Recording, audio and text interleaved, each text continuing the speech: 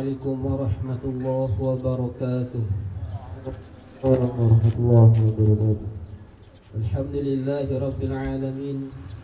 Salatu wassalamu ala asyrafil anbiya'i wal mursalin Sayyidina Maulana Muhammadin sallallahu alaihi wasallam wa ala alihi wa sahbihi ajma'in, amma ba'du. Pertama, marilah kita bersyukur kepada Allah subhanahu wa ta'ala yang kita alhamdulillah ditakdirkan menjadi seorang santri. Karena tidak semua orang yang mau itu ditakdirkan menjadi seorang santri. Kemudian salawat berikan salam marilah kita sampaikan buat Nabi besar Muhammad sallallahu alaihi wasallam. Tanpa beliau kita takkan mengenal apa itu iman, bahkan tanpa beliau kita takkan mengenal siapa itu Tuhan. Hadirin hadirat peserta upacara Hari Santri, hafizakumullah. Pada hari ini kita kembali memperingati Hari Santri Nasional. Perlu difahami bahwa salah satu tujuan kita memperingati Hari Nasional ini adalah untuk menghargai perjuangan para ulama, menghargai perjuangan para kiai, para abuyah yang dulu ketika pada zaman penjajahan para ulama menggerakkan santri-santrinya untuk siap bertarung di medan perang. Bukan berarti yang kita lakukan ini tidak ada tuntunan atau anjuran dari agama. Ada hadis mengatakan bahwa siapa yang tidak mensyukuri manusia, maka tentu ia tak bisa mensyukuri Allah subhanahu wa ta'ala.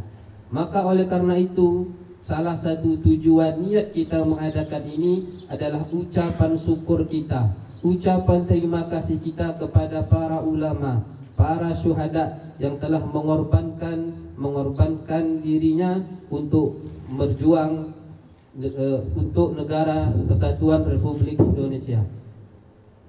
Kemudian daripada itu kita perlu memahami, perlu merenungkan tentang perjuangan seorang santri. Kita lihat ketika dulu kata para santri bukan hanya mengorbankan waktunya, bukan hanya meninggalkan orang tuanya, bukan hanya meninggalkan kampungnya, tetapi perjuangan seorang santri dulu adalah mengorbankan jiwanya, mengorbankan raganya ketika diperintahkan oleh kiai atau abuyanya. Mungkin kita sekarang hanya diperintahkan guru kita, hanya disuruh oleh guru kita, kita berat. Tetapi kita lihat pada zaman dulu, para santri dulu bukan hanya disuruh nyapu, bukan hanya disuruh membersihkan kelas, membersihkan pondok pesantren, tetapi ketika disuruh mengorbankan nyawa, mereka siap. Oleh karena itu marilah kita kembali dalam momen Hari Santri ini, kita kembali menjadi santri yang sebenarnya, santri yang tak terpengaruh oleh hiruk pikuk dunia. Mungkin banyak di antara kalian yang ketika dulu menjadi santri yang disuruh oleh orang tuanya, bahkan mungkin sampai sekarang pun ada banyak santri yang bercerita kepada orang tuanya, bahkan bercerita kepada kami para guru, yang mengatakan dia tak betah di pondok. Dia sebenarnya mau pindah dari pondok karena hanya orang tuanya saja. Karena ikut perintah orang tua maka mondok tetap dilaksanakan. Maka itulah yang namanya takdir Allah. Kita lihat banyak di antara kita yang tak mau, tetapi sampai 6 tahun, bahkan sampai 10 tahun dia mondok. Tak ada satupun kerugian yang kalian rasakan di pondok. Hanya satu, hanya satu saja, yaitu kalian merasa tidak bebas di sini. Tapi cobalah kalian lihat dari segi akhiratnya, dari segi agamanya, tidak ada satupun aktivitas, tidak ada satupun langkah, bahkan tidak ada satupun nafas yang kalian hembuskan di pondok ini, melainkan akan diganjar oleh pahala oleh Allah Subhanahu wa taala. Pahala yang kalian dapat bukan hanya untuk kalian saja, tetapi pahala yang kalian dapatkan itu adalah kalian kirimkan kepada orang tua kalian. Orang tua kalian yang di rumah mungkin yang tidak bisa makan, yang susah makan karena mengirim uang kepada kalian, yang menahan rindu kepada kalian karena melepas anaknya pergi meninggalkan rumahnya untuk mondok di pondok pesantren. Maka bagaimanapun perasaan orang tua kalian, selama kalian di pondok, pahala tetap mengalir kepada orang tua kalian. Oleh karena itu, marilah kita sebagai seorang santri menyadari siapa diri kita, memahami siapa kita. Tak ada batas seorang santri. Ulama mengatakan maziltu taliban, selamanya aku adalah seorang santri. Tidak ada yang namanya mantan santri.